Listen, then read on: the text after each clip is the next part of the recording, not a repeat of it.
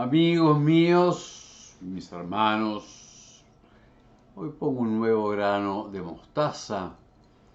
Quiero hablar, compartir mi visión, mi aspecto, mi inquietud sobre el sínodo de la sinodalidad. Muy difícil. Sínodo propiamente es un encuentro básicamente de obispos, puede haber sínodos particulares, universal, y que se reúnen para los temas de la fe, de la iglesia, también a veces de la disciplina de la iglesia, bueno, la liturgia, y de cómo la iglesia siempre se convierte a la misión que Cristo le ha dado. A partir del concilio, que es un sínodo universal, porque van todos los hijos del mundo, se instaura un sínodo de obispos que cada tanto se reúne y ha tenido distintos temas según las circunstancias, la familia, la Eucaristía, el perdón, la confesión, el anuncio de la fe, los laicos, etc., los obispos. Desde hace un tiempo se ha convocado un sínodo, que además es larguísimo, se va a culminar hacia el 2023, la va a culminar el 2024, que tiene como tema la sinodalidad. No se sabe mucho eso que es que el estar juntos, fíjense, si quiere la dimensión comunitaria de la misión de la iglesia, y habla precisamente de la comunión, la unidad en la iglesia. La iglesia es una comunión, en primer lugar la hace Dios, el Padre, el Hijo y el Espíritu Santo, y es por la fe y los sacramentos, y también por la comunión con los sucesores de los apóstoles y con el Papa, y la misión. Bien, o sea, cómo anunciar y cómo en un mundo que ha cambiado. Y que cambio no quiere decir ni que sea bueno ni que sea malo el cambio. Puede haber cambios buenos, puede haber malos y puede haber diferentes. Pero la iglesia camina en la historia y ciertamente que ya se veía hace mucho tiempo, hace muchas décadas, pero en fin, acá, sobre todo en Occidente, que era un mundo marcado por la concepción cristiana, la vida cristiana, desde hace siglos hay un rechazo o un cambio de mentalidad. Digamos, hoy es un mundo básicamente pagano. Quedan cosas cristianas, yo hablo en lo conjunto, en lo general, ¿sí? Quedan fechas, existe la fiesta de Navidad, pero digamos que para la mayoría es una cosa familiar, y después lo que no existía en mi época, sí existe, salir a bailar y a comer, es una fiesta tan mundana como otras, con cierto sentido no, de la familia. No es el don del nacimiento de Cristo. Y podríamos seguir significando. Esto es un hecho variable según las circunstancias. Nosotros tenemos en el Uruguay, sí, una persecución a los cristianos de grupos de hombres, limitados en su comienzo, a la segunda mitad del siglo XIX, que se propusieron sacar a Cristo. Decían que era la iglesia, porque la iglesia mandaba, el clerical, pero la iglesia no mandaba nada. Era sacar a Cristo del pueblo que era creyente, que era cristiano. ¿Sí? Y en gran parte lo han conseguido, y mayoritariamente, sobre todo hay una gran ignorancia religiosa e ignorancia de qué es Jesús y el Evangelio. Pero, este sínodo comenzó con una cantidad de consultas de distintos niveles, parroquiales, diocesanos, nacionales, ¿sí? Y sigue ahora con consultas también continentales. La que nos corresponde ahora, que van a unir a algunos obispos, sacerdotes, laicos, es en Brasilia el mes próximo. ¿Qué quiero yo comentar sobre esto? En sí, escuchar y preguntar qué problemas se ven, qué se desea, qué sé que habría que enfrentar, es sano. No es tan metodológicamente tan sano cuando se hace global y se va informando, porque se vuelve una opinología. Todo el mundo dice lo que le parece. Bueno, y la iglesia, en primer lugar, no vive de las opiniones. Yo pienso, tú piensas, él piensa, nos parece bien, nos parece mal. No es que no haya que escuchar.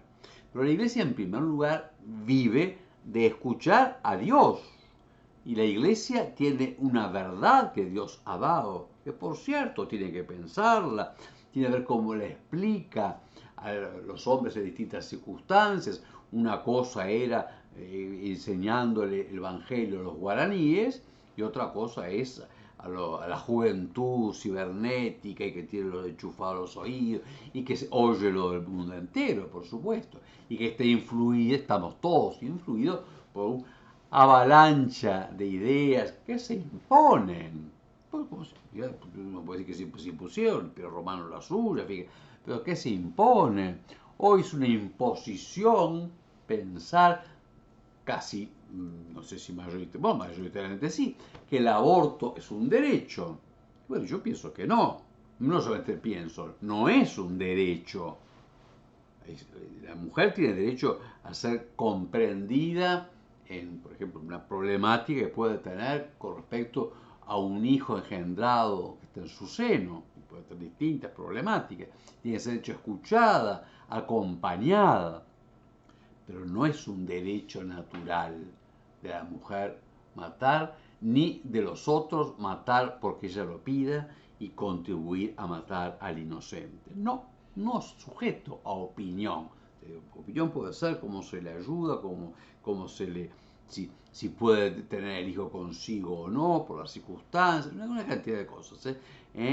Pero no, no hay el derecho, que dice el derecho a su cuerpo. Bueno, no es su cuerpo en primer lugar, la criatura es bien distinta de su cuerpo, aunque esté en él.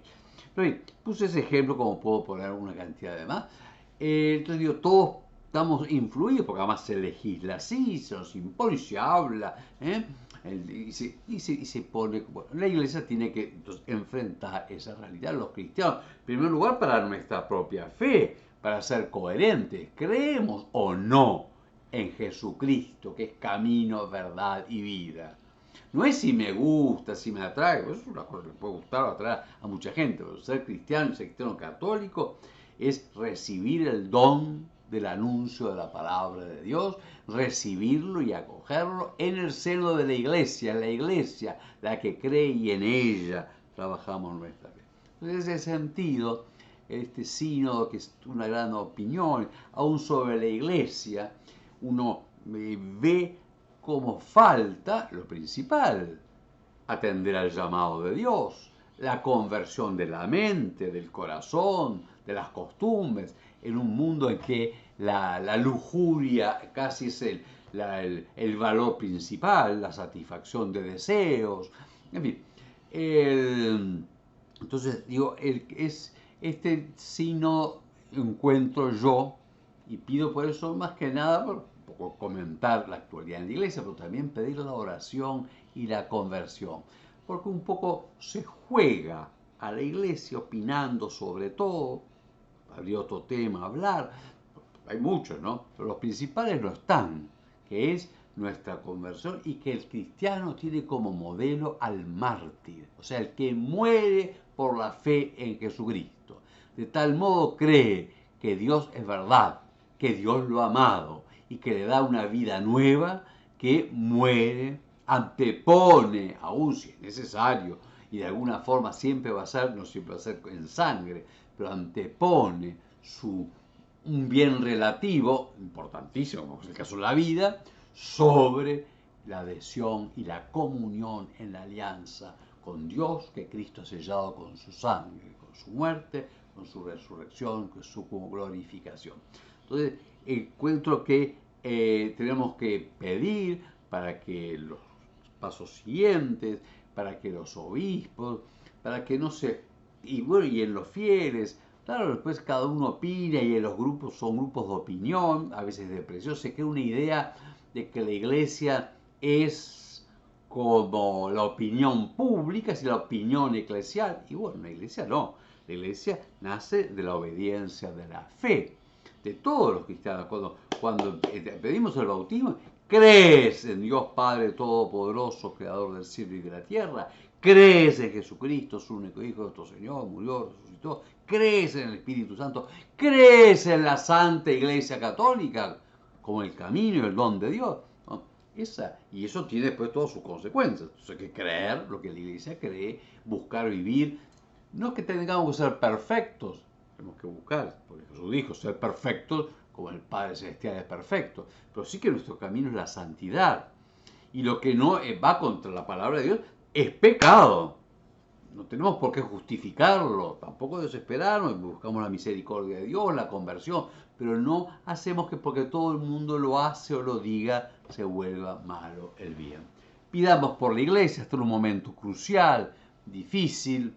Si a alguno le interesa, yo he escrito más sobre el signo en mi página, que se llama Amicus Poncio, ponen Alberto Sanguinetti, lo encuentran, son más analizados. De todas formas, orar y pensar también en un momento difícil, porque la iglesia es santa, porque tiene a Cristo, la cabeza y el Espíritu Santo, y la verdad de la revelación y los sacramentos es santa, pero nosotros, los cristianos, los miembros de la iglesia, con frecuencia somos débiles, pecadores, y lo que es peor, queremos pensar con el mundo y no con la novedad del Evangelio, que ya Jesús nos dijo, y lo vivió en el primer lugar, que seríamos echados de los grupos, condenados por aquí, y que va a ser rechazados, y que el que quiere realmente ser fiel, el discípulo, no es más que su maestro. Sea glorificado Jesús, el Verbo, Hijo de Dios eterno, que tomó carne de la Virgen, que murió y resucitó, que es el camino y la verdad y la vida. Verbo que viniendo al mundo ilumina a todo hombre. A él la alabanza, el amor y la acción de gracias.